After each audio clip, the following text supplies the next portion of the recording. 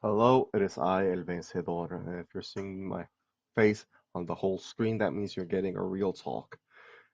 Someone was once asked me what the friend zone is like. There are those who say it doesn't exist. There are those who say it's just a misogynistic term to describe how men who feel entitled to a relationship utilize this concept that a woman's worth is only tied to how they are tied to them, something. Well, I'm here to tell you what the friend zone is. The friend zone is a lot of things. There's a lot of layers to it. The most commonly known layer is unrequited love. A guy, most of the time it's a guy, but girls get friend zoned too, and so do non-binaries and all those other non-binary people that have those weird genders. I don't know what they're on about. Well, anyway, you don't need to be a guy to get friend zoned, and you don't need to be a girl to friend zone. The friend zone is unrequited love, love that is not returned. One person is in love with the other person does not return the feelings. It's as simple as that.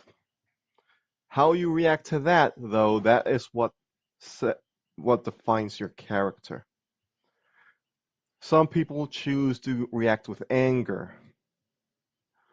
This is what the feminists mean when they criticize the concept of friend zone and the men who claim to have been friend zoned. They see these angry people, mostly guys, because they don't pay attention to the angry girls, let's be honest. And they say, look the misogyny, look the misogyny, look the misogyny. But they ignore everything else. A lot of guys react with anger because that's all they know. Because society socializes us to express only anger, to only not repress our anger. All of our other emotions get repressed. But anger is too powerful to repress. The other side of the friend zone is the sadness and the disappointment, and that might fuel the anger because it is sad and disappointing to have these feelings for someone and to know for absolute certainty that that other person does not reciprocate. And some people, they stay friends with the other person or they start off as friends with that person in hopes to transition from friendship to romance. I'm here to tell you that doesn't happen. 90% of the time, it doesn't happen. The other 10% of the time, it does. There's an event that changes the perspective of the relationship between both people. But those events are few and far between, and it does not happen just naturally. The truth of the matter is, once you're a friend, you stay a friend. Or once you're a friend, the friendship just lasts a little while and then fizzles out. And I'm here to tell you that's okay.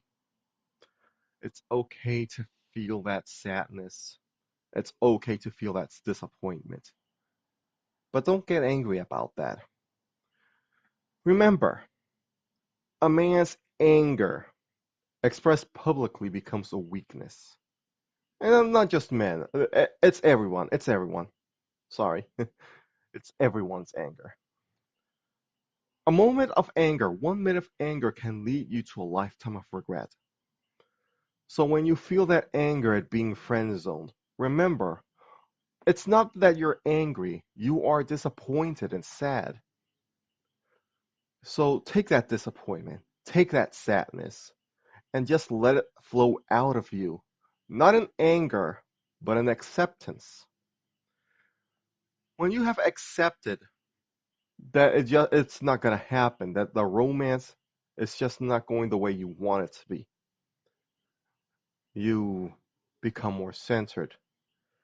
And you will soon find that being friend zoned doesn't hurt anymore. Sometimes, however, letting go of this anger has to include letting go of the other person to end the friendship.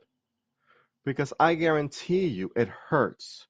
It hurts to see them go on with their life, not returning those feelings that linger on, because those feelings linger the more you stay with them. And it's gonna really hurt when that other person that you love so much finds someone else who feels for them, and suddenly the person you love loves that other person. And you wonder, what does that other person have that I don't? And most of the time, you're not going to like the answer because it's something stupid. Maybe the other person's just better looking than you. Maybe that other person has more resources, has a more fitting personality. Or maybe the person that you loved wasn't worthy of your love. Maybe you're wasting your time on someone who only ever thought of you as an acquaintance. Sometimes the person you love so much thinks of you as an annoyance. They are just stringing you along, keeping you there at arm's reach because they don't have the heart to tell you, or they don't have the courage to tell you that they have no interest in you. You got to let go of your feelings and control them. Control does not mean suppress. Control means understanding your emotions and choosing how to express them. Controlling your anger does not mean bottling up. It means choosing not to express that anger, but allowing yourself to feel it, to acknowledge that you feel it. And it does hurt. I know, because I've been there. I've been friend zoned many times. And I'm here to tell you, the only way you're getting out of the friend zone is by you stepping out. The romance isn't going to happen. So just accept it. In the words of Khalil Gibran, your sadness is the bitter potion by which your inner physician tries to heal your wounded self, to erase the shell that prevents your understanding. So trust the physician and drink his medicine in peace and tranquility. When you get friend zoned, accept it and move on. Don't stick around unless you actually like the person as a friend. But also keep an eye out for how they treat you. Do they invite you for gatherings? Do they call you when you are sick? Do they worry about your well being? If the answer to any of these questions is no, you don't have a friend. That person might see you as a friend because you do these things for them. But friendship is a two-way street,